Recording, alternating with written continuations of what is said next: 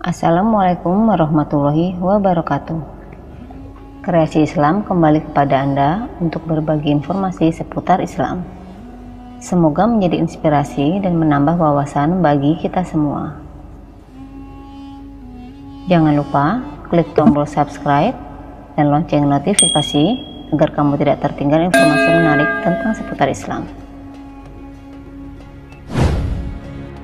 Sahroh adalah batu yang terletak di tengah-tengah kompleks Masjid Al-Aqsa, tepatnya di dalam Masjid Qubah As-Sahroh.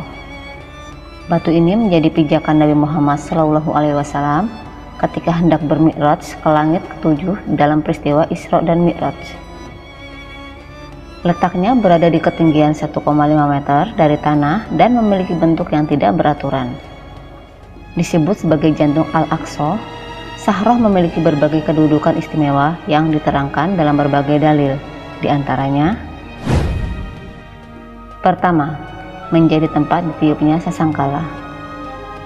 Dan dengarkanlah seruan pada hari penyeru, malaikat penyeru dari tempat yang dekat. Quran Surat Qaf ayat 41.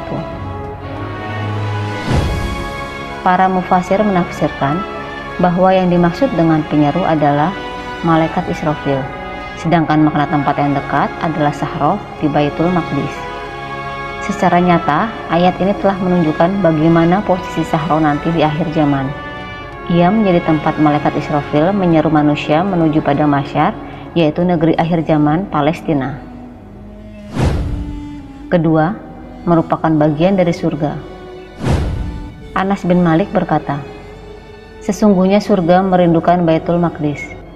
Sahroh Baitul Maqdis berasal dari surga, dan ia adalah pusat bumi. Pernyataan Anas bin Malik ini menunjukkan bahwasanya ada dua batu surga yang diturunkan di bumi ini, yaitu Hajar Aswad di Mekah dan Sahroh di Al-Aqsa. Ketiga, bagian paling suci di Al-Aqsa. Saur bin Zaid, seorang tabi'in berkata, bagian tersuci bumi adalah Syam. Bagian tersuci Syam adalah Palestina. Bagian tersuci Palestina adalah Baitul Maqdis. Bagian tersuci Baitul Maqdis adalah bukit tempat Al-Aqsa berada. Bagian tersuci bukit adalah masjid, dan bagian tersuci dari Masjid Al-Aqsa adalah Sahroh. Keempat, nazar Nabi Yakub. Suatu malam Nabi Yakub pernah melakukan sebuah perjalanan. Beliau kelelahan lalu tertidur pada sebuah batu. Kemudian bermimpi melihat tangga yang memanjang dari langit ke bumi. Ketika itu pula malaikat turun dengannya. Beliau terbangun lalu bernazar, jika beliau pulang ke keluarganya dalam keadaan selamat, maka ia akan membuat sebuah masjid di atas tempat beliau bermimpi itu. Ibnu Katsir berkomentar bahwa Baitul Maqdis lah masjid yang dimaksud. Kelima, kiblat sholat para nabi pada masa sebelum hijrah Rasulullah SAW. Dr. Fatih Zakrut dalam bukunya An-Nawazil fi Tariqil Islam mengatakan Qubah As-Sahroh ini menjadi kiblat para nabi hingga pada masa Rasulullah sebelum hijrah. Begitulah riwayat dan literatur yang menjelaskan kedudukan Sahroh dalam sejarah Islam. Ia menjadi simbol kiblat yang begitu bersejarah, lama, dan bernilai tinggi. Keenam, berada di masjid yang dikelilingi kaligrafi Yasin, Qalbul Quran.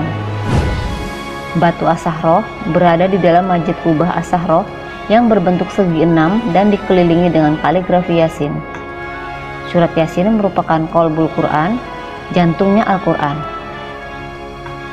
Maka jantung umat Islam yang artinya barometer baik dan buruknya umat itu terletak di Masjid Al-Aqsa. Wallahu a'lam bishawab. Jika video ini bermanfaat, klik like, subscribe, dan lonceng notifikasinya ya. Wassalamualaikum warahmatullahi wabarakatuh.